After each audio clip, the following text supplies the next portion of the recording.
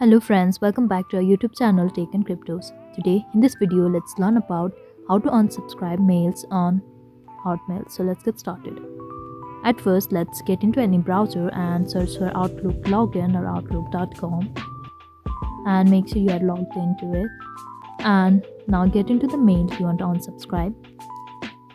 In Gmail we can see an unsubscribe button or the option over here after the mail, or in the three dots we'll be able to see it. But in outlook.com or Hotmail, we can't see such option. Now we need to tap on these three dots and we can see this option called block sender. There is no such option as unsubscribe. Unsubscribe option is used to not have the similar emails on the future. So for such work we can use block sender option. So let's tap on this and click on OK to block the sender, after which we won't be receiving such mails in future. So this is all we can do in Hotmail to unsubscribe any mails. I hope you liked the video. Please do like and subscribe. Thanks for watching.